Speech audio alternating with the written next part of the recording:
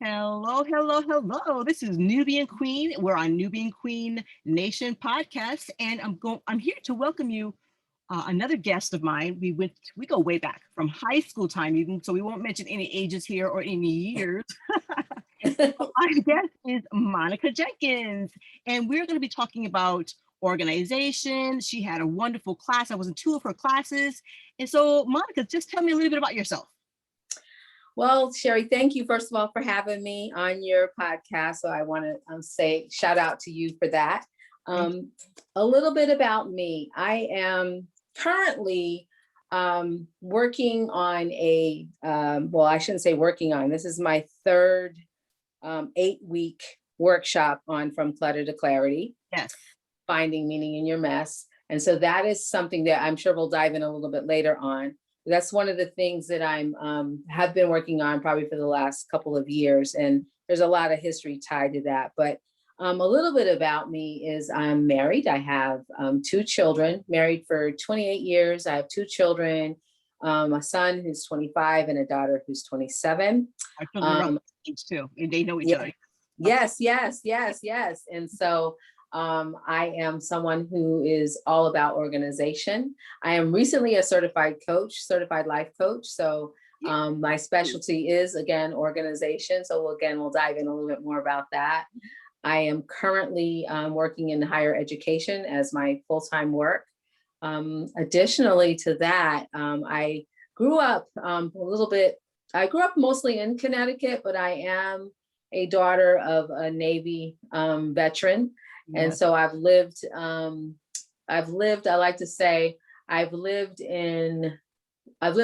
one island, and I have lived in 3-4 states, including Connecticut. So that would be Guam, the island. I was born in Detroit, Michigan. And from there went to Virginia, lived in Virginia twice, lived in California, and also here, and then home is Connecticut.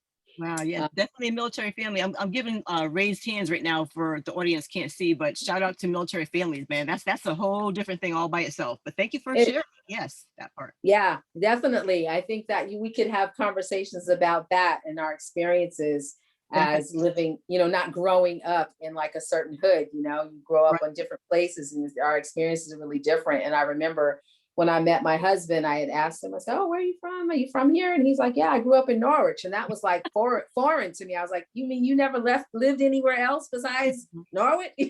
So it's just that's just a funny thing. That reminds me of when I lived in Tampa, because my husband and I met in the military. Again, like you said, another story. But people lived in Tampa and never crossed the bridge to St. Petersburg. I mean, that just like blew me away. So I totally understand that. Yes. So before we get into, you also you have aspirations of being a lawyer. So I'm talking to a smart cookie here, and then we'll get into you could tell me about that. Yeah, that is definitely something that I hope to do. That is definitely a vision for my life. I really believe that I'm called to that area. And that came about really, Sherry. It's kind of tied to my whole, this coaching thing that I'm doing on From Clutter to Clarity. It's really tied to that. I mean, that story and the content for those workshops were based out of a life experience many years ago. And I also like to say I'm a published author. So I left that out. So my first, I have I co-authored a book with some amazing women that are part of a cohort for this coaching mentoring program that I just finished up at the beginning of the year. And so that's really where I was able to write out the experiences that led me to these workshops that I'm doing now. And it's really, we all go through transition and hard times. And it was really a hard time that took place in our life around job. Everything just happened at once. Job, finances, home, everything happened. We went through this really crazy period, and we all go through those things. But I think what happens is how do we come out of that? How do we get back up? We fall down. How do we get back up from something that's so traumatic to not only us as parents, as a couple, but our children that are also a part of that. So when I wrote the chapter, I wrote really from a standpoint of, one, there was an issue that it took place with regard to housing that I thought was very unfair. So I have to say, one other part of me is I really care about housing matters Mm-hmm. and I care about affordable housing. I did some social service work for a few years, as well as some banking. And I also spent some time in higher ed and also a corporate legal department. Now I've circled back to higher ed again. And Now, so do you want to what name? I, Would you mind naming the title of your book, or do you want to? Can you put yeah, that up?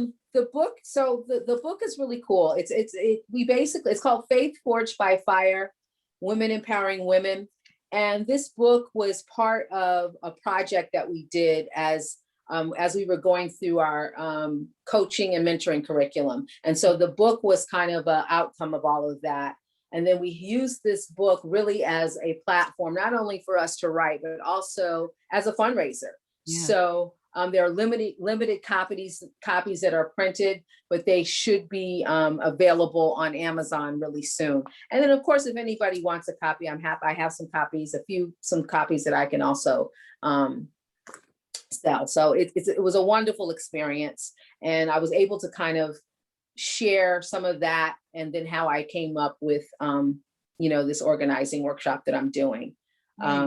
We all go through things. And I think the part for the lawyering part, which you spoke to that point, was from seeing some injustice that happened, not only to my family, but I saw something that I felt like really needed some more research and understanding about. As a first-time home buyer, it was in that vein of buying a house and some things that we learned in that process. In 2007, there was, the housing market went south. There was a lot of things that were going on that were inappropriate, that were illegal. And we found ourselves in a situation that was very unique with all of that. Mm-hmm. And trying to fight for that. People that I was looking for to fight for me were not there, or they put me on to this person or that person or this person, said to do this, to do that. Mm-hmm. I spent probably a greater part of that time on my vacations from work and different things, just researching this thing. I finally was able to get to a legal authority who said to me, yes, there's a problem here. But we found ourselves, loss of a job, me losing a job very unexpectedly, and couldn't hang on to our home. And then, the ability not to be able to hang on to your home, and then also trying to fight something that has to do with it. I had to make a decision. You either got to find a place to live and fight this outside of that, mm-hmm. or stay there and fight it and figure out how you're going to stay. And it was a very difficult time for us. So at the end of the day, we moved on. And so From Clutter to Clarity is about moving on, mm-hmm. but it's also about my passion. So, it's so amazing. God is so good that when I lost that job, he brought me to a job in social services. I finished my degree, so it wasn't all bad. I had to let go of that, but then there was finishing that degree, which was a goal of mine. And I got my degree, and then I found some social service work that was tied around housing. And I thought, oh, wow, how appropriate after all that we had went through. Mm-hmm. And so I take this job in social services, and it was basically a program that helped families and individuals who were in the threat of evictions or foreclosures. And I said, really, this is right up my alley. And what I found in this job was that all that I learned there, I said, this is the help that we needed, that we didn't get it. And I found myself with all the research and all the stuff that I did to kind of fight for our family on my own. Mm-hmm. I walk into a job where those resources are right there. And so now I can help other people. And then with my own experience, give some really sound advice. And so that is what really kickstarted I Want to Be a Lawyer. I had access to courts. I was meeting with in Connecticut, we have housing mediators, but a judge doesn't hear cases for foreclosure and evictions. So I had the opportunity to work really alongside this person. Mm-hmm. And I said, yeah, this is what I need to do. This is what I need to do. And I want to add, there was a lawyer from a nonprofit organization that did step in and kind of spoke to me and my husband about exactly what was happening to us. Yeah. And so I found myself, this is the fun thing, in that job, that organization became a liaison to the work that I did. So amazing. So that's where the lawyer piece comes in. I'm currently working out of law school, so we'll see what happens. All right, we're going to talk about that, like that whole housing issue. So I'm sure that there are people, especially with the pandemic going on right now, and people are finding themselves homeless. So we'll have to definitely have you come back on that. But what do you have for us for tips for your clutter to clarity? Well, let me tell you something. One of the most important tips from clutter to clarity is you have to have a vision. Mm-hmm. You have to have a vision, because we can, and that's what helped us. And I'm only, my chapter speaks about what I did, and that's how our content was made for these slides. You have to have a vision. I say that from a, just a standpoint of the word and what vision means, writing something down. Businesses have visions, every organizations have visions. You as an individual person should have a vision for your life. Right. And it starts with life planning. I did this whole journey of life planning, like, unpacking, like, what do you really want to do when you grow up? What do and I'm 30, 40, I was probably 40. We're dating ourselves now. Sorry about that. But you have to decide. So I made a decision. I said, this is what I want to do. I said, I know I want to get a degree. And I got the degree. When you make those confessions, they have to align. They have to, because once you start speaking it, then those things, I feel like they show up for you. Opportunities show up too, or you're just paying attention because now you've confessed it, and that is very important. So writing a vision would be the first thing. What you speak about, you bring about, right? What you speak about, you bring about, and tell us what the vision stands for. Your V.I.S.I.O.N. Yeah, go ahead. Right. Yeah. So then, what I ended up doing is I took the word vision and I made an acronym out of that. So V stands for value. Yes. Value your space. And so when we talk about space from a house or an office standpoint, we're also talking about mental space too.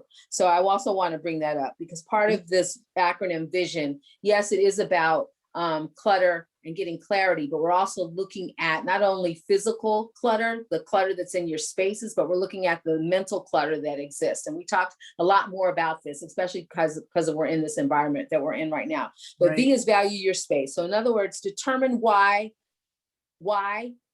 the space is valuable to you, and begin to write that vision, because sometimes you have to look at that space that you're in and say, okay, what can I do? What can I do? Then the I is identify space related issues. So again, in writing this chapter, I spoke more on a physical plane, but I want people to also think about it from physical space plane, but I also want people to think about it from a mental standpoint too. So identify space related issues. And I tell you, this can be anything from, the paint color to, the furniture that's in the space, or just things that are in the space, because you really want to make sure that you have purpose and functionality. So that's I. S is simplify your space. And I think that goes to simplifying your life. Like you have to take a look what's going on around your space, and you have to take a look at who's around you. And I'm a big proponent of boundaries, and I'm a big proponent of people that win for you. I'm often posting on my social media about making sure that, you're living a life that's kind of meant for you. And then in the way that you do that is, you have to examine, you've got to simplify. Sometimes we got too many people in our back door. Yes, right. And sometimes we got too much junk in your closet or in your bedroom. That's another. You're all up in my business right now. Go ahead, keep going. But it's true. And I think if we take the time, and I know that, time is, my husband always says, time is the one commodity that you don't get back. And when he said that many years ago, I didn't understand what he was talking about. I was like, well, okay, all right, well, okay. I'm looking at my clock, I'm looking at my watch. I don't know, it wasn't resonating with me like it does now, because it stayed with me, but it really does make sense to me now as I'm trying to be intentional. So simplify your space. And one of the biggest things that I think for me that brings me joy is having a shredder. That's helped me to simplify the paper clutter that exists. There's so many ways that you can simplify your space, but it has to start with a vision. So if you're looking at your bedroom and you're like, I got to do something in my bedroom. Well, what's the vision that you want for your bedroom? Well, I just want it to be peaceful, tranquil. I don't want to have a TV in it anymore. I want to have just a place where I can come and lie down, a place where I'll have my or my, whatever, my shoes. I may have a lot of purses. Well, that's fine. There are ways that you can organize your closet so that it looks like a little boutique and you're shopping from it. So I think it's important. Make it an oasis. Yes, exactly. So then you have to look at what your room is looking like. Do you need all those 100 million books? And everything should have a home. So I don't like to have books in my room. I love books, but I have a few books that are nighttime books. You have to be careful. Like for me, and this is me, when I lie down at night, I want to make sure that when I'm lying down at night, what's in my head is either a song, or it's a prayer, or it's a book that's really inspiring. But I don't want to sit and read something hardcore, because I do love Black history. I love books from Black authors. I love reading, but that's kind of been for me to read certain authors and certain types of books. I want to make sure I'm not reading I have this one book that I'm reading, finishing up. It's called The Color of Compromise. It's heavy. It's really heavy. It's talking about Black history. It's talking about slavery. It's talking about, things that I don't want to lie down on. You know what I'm saying? Right. And so that's why we tried the TV in our room. We had to simplify our space. We don't need that, because I don't want to go to sleep with the news on the news. Right.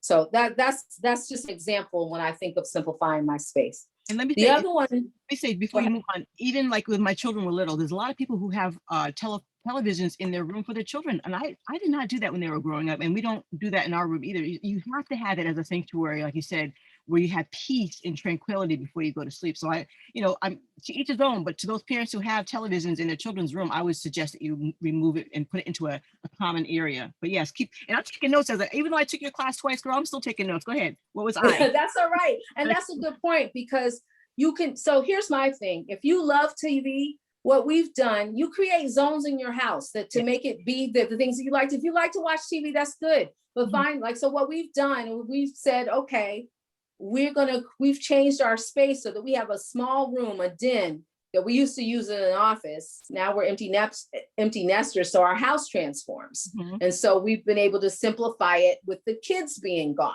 Right. So now we have a space where we simply just watch TV, but our living room, because we love to listen to music and we love to read or just chill, and we love that front space of our house. You don't see a TV in the front anymore. Exactly. Yeah. So it's figuring out what's important, what you value. It goes back to the V. So all these things just connect. All right. So we're on the next I, right? Yes. The next I is inspire joy in your space. Include, this is a big one. Include items that have meaning to you and your family and are important to you and are important. Let your space reflect who you are, those you love, and the things you love to do. Right? So that still ties into simplifying, because when you simplify, you want to make sure those are the things that are in the space.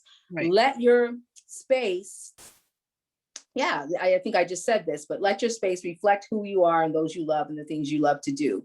Invite and include people in your life that represent who you are and who inspire you. This is huge. This is so huge. I'm really over the last couple of years, people can clutter our lives. There's such a thing as people clutter. We got paper clutter, there's people clutter. People can do that. And when they start coming into your home and they start showing up with their stuff, and this is my experience, then it's a note to self. Yeah, we're not going to be doing that here anymore. I really enjoyed. So you and I I think we've known each other for at least over 30 years. I know we went to the same high school, and then our kids. You're dating us. Go ahead. Yeah, but anyway, we've known each other for a little bit. Yeah, that's why I know that when we connected pre-COVID, we would have our weekly get-togethers. You were really inspiring. You've always been inspiring to me, but we began connecting more, and we have shared some same passions. So I know you not only from family, but from community things that we've shared and gone to together. And I think that's the kind of value of a relationship. Right. When we sit, and you can bring that person in your house and you guys can sit down because you share a commonality, right? And so that's very important to me, definitely in this stage of my life. And thank you for that, Sherry, because you've been a blessing. So O is the other O, well, not the other O, let me spell right. So the first O, own your space. Own your space. Owning it is, so now we've made a decision, right? We've made a decision that we're going to write a vision, and we're going to start to kind of reflect and look and take note and look at what's around us and try to make changes for that. Owning your space is basically saying, one, it doesn't mean that it has to be perfect. However, your space will mean more to you when you define what you want it to look like and want it to be. Yes. Owning who you are actually is important too. And I talked again about making confessions. I made a confession many years ago that I said, I was in a job that was like, yeah, I don't know where it was going to go. But then I said, I made the confession of like, I really want to finish my bachelor's degree because it took me so long. I started, we're parents, and it took me 20 years to get an associate's degree. I felt not that long because I'm not that old, but it took a while. Yes. It took a while to get it. Okay. And that's okay. Yeah. And so then from there, after the loss of the house and having to move and everything, and loss of my husband's job, loss of income, and then I lost my job shortly after that. So we went from a very reduced income and then to me losing my job unexpectedly. And so I remember at that moment, I was really like, what am I going to do? I think, I was fired from a job. I've never been fired for a job in my life. I have longevity in all the work that I've done. 16 years at one job, 10 years at this job that I actually got fired from. And then I went on to social service work and got, laid off because they cut the funding, and I had to figure it out, got into a corporate legal department and realized, and worked there for 2 years. And really, I thought, after that, since I want to, be a lawyer eventually one day, I thought it makes sense for me to, then let's look for jobs in that environment. And corporate legal was not the fit for me. And that's okay, because it was a blessing to be there. And then I found myself on this time off, and then COVID hit. So I had a lot of time to kind of figure out what I needed to do or to line up. But that first moment, and to reevaluate, right? Yeah, you have to reevaluate. But when you get fired from a job, and I know, raise your hand if you're in the audience who's been fired. Like, for me to say that right now, I can say it, but then it was shameful.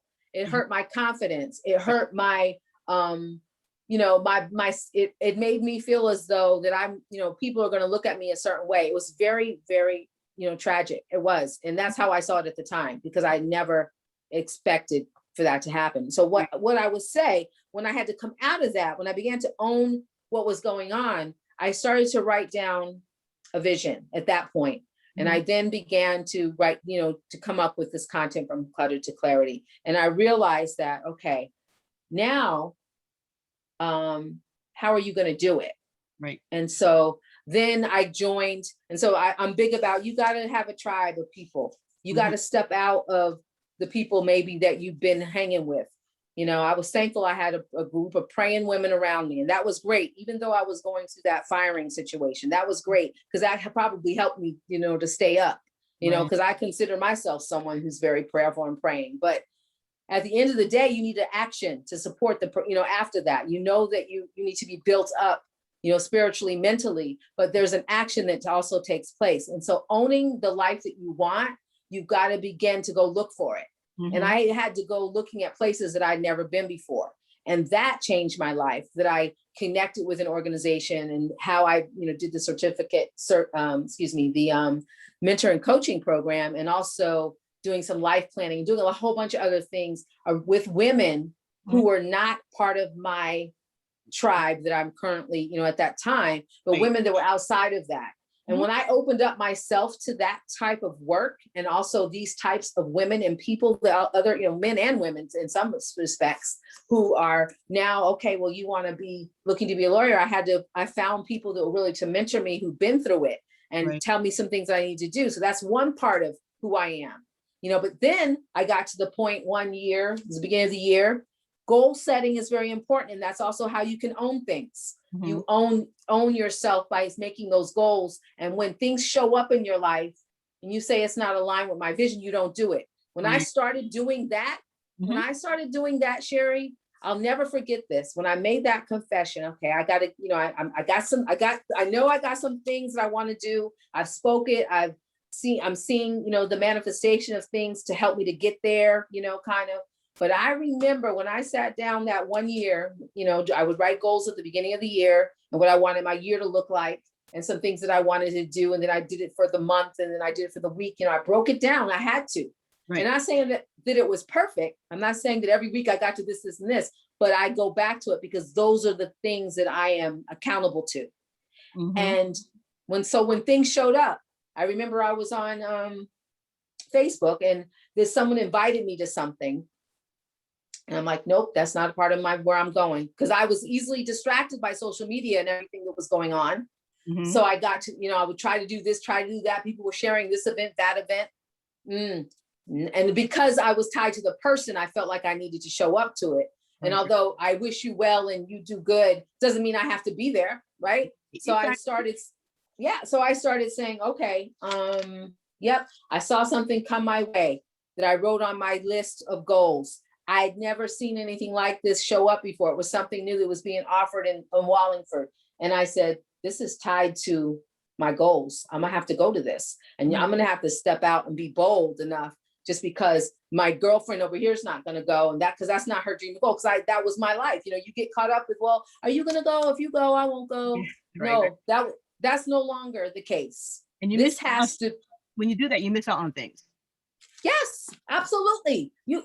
Absolutely, Sherry. So I did this thing and it opened up my world to even more people, more resources, more connections, beautiful thing. So owning yourself is owning your space is more about, it can be about, yes, the space that you've now decided how it's going to look, but it's also owning what you've decided for yourself, Right. Yeah. And then the last is, this is probably my favorite. I love this. It's called Nurture the New. And that means you've now adopted that, like now that you're owning something, you own it now. It's like you own a pet. Now you got to nurture it and take care of it. Okay. It's that thing. So this is really important because once you've adapted to your vision, allow the process to take you from clutter to clarity. Nurture the new ideas and ways that help you remove the clutter in your life. And so it's not like a 1 week thing. It's a lifestyle. It really is. It's a lifestyle. And what I love is that we have to nurture our mind. We have to nurture our homes and the people that we value that are in our life. And nurturing the new is really just kind of making sure that you realize you're not going to be doing the things that you used to do. Because when we get new information, we're supposed to hopefully transform, and I think the biggest thing of all of this clip, Sherry, is living with intention. I like that. Yes. I like that. Living with intention. Yeah. And it's funny because even though in our class, I mean, obviously I could take a third class when you put that together because, you're always needing to declutter and renew and nurture. So, yeah, this has been really good. This has been really good. And in the class, we did things physically. So you had us 1 week, go check your bookshelf. If there's books on there that you don't need or you need to gift to somebody else. So I like the way today it felt mental. But we also do a lot of physical things in your class as far as rearranging the room and putting up pictures, like you said, that are intentional. And you also, the first week, you had us take a plastic bag, go through the house and collect 30 items. Yeah, that's the annoying bag. And these are things that you should do all the time because you know what? The annoying bag and also the 30 at the beginning of the year. I mean, you can do it anytime, but it worked because there's 31 days in January. And so get 31 items. Yes. And pick 31 items. And then that one was, I think, donate. But the annoying bag is like, what those things are. You walk around the house and you're like, this doesn't really have a home or a place or a value to me. Put it in the bag and just throw it away. And what ends up happening, and so I'm excited, Sherry, because this kind of leads into the next one that I'm going to be doing. So this will be the 4th edition of From Clutter to Clarity, Finding Meaning in Your Mess. But this one's, the topic is attics, basements, and garages. Oh my. And what ends up happening with the annoying bag stuff, because we don't bag it, it's in your basement or it's in your attic or it's in your garage because we move it out, but we don't really move it out. So it's out of sight, out of mind. That is so true. That is so true. Yeah. Yes. Wow. And Well, I'm this looking forward is to that. good. Oh my goodness. I know that we're kind of getting close to the end of our interview here. So I'm definitely gonna have you back to whenever you get that date for your fourth edition of Clutter to Clarity, please come back on and give heads up so we can maybe get people rushing to your class, you know what I mean, like putting the word out there besides Facebook and things like that. So Right. my goodness. So any closing thoughts? Because this has been really good. I also want to say what you said, write it down. And I was thinking of that scripture and looked it up while you were talking. Write it down and make it plain. Habakkuk 2:2. So that's, Yes. and it's not too late. This is April, but we're only in the second quarter, people, right? Basically. And you Yeah, have time to write that vision out and make a plan for the rest of the year, right? So any closing thoughts? I do actually. Thank you, Sherry, so much, because we are currently in a very unique time, and with this pandemic and all that's going on in this world. And so when we first realized this was serious and this thing was, impacting our people. Mhm. One of the things I said, I remember saying this to my daughter. They were kind of worried about like what all this meant. They're the 20 something group, and like the masking and all of that stuff. It was a lot to kind of absorb, and they wondered if it was how long and why and all these different things. I don't want to say why, but just they had questions about it. And one of the things that I said, because I think it's important, there is always an opportunity in adversity. Mhm. I am living proof of that. Um, I know for that in this time, we have literally found, I mean, oh my goodness, I can't even tell you as I'm thinking about it. Uh-huh. We have really thrived, is what Yes. I would say. Ye- We have really thrived in this time because I think we have held on to the vision. Right. We continue to find ways in which to make things happen for us Right. that we believe that are meant for our lives, and also not so much meant for our lives, but then that we wrote down and said this is what we want in this time. And So that would be my closing thought. It would be there's always opportunity and adversity. we've not only thrived, but as a people, and I'm not turning it into like a Black History Month or whatever, but this is my podcast. Like I said, what I want to, but we've soared. And as a people, we've learned to adapt and overcome. Look at our moms and our great aunts and our, sisters and people, and every nationality, every group of people has learned to thrive. But like you said, you thrive, you take what you've been given, those lemons, and you make lemonade. And that's a perfect way to end this right now. The other thing I wanted to ask before we leave is how can people keep in touch with you? What is your social media, maybe a Facebook group or something where they can get in touch with you? Absolutely, I'm on Facebook. I do have a Facebook group called From Clutter to Clarity. And what I've learned, that there are a lot of From Clutter to Clarity groups out there. My name is Monica Jenkins. You can find me on Facebook, and also I'm on Instagram.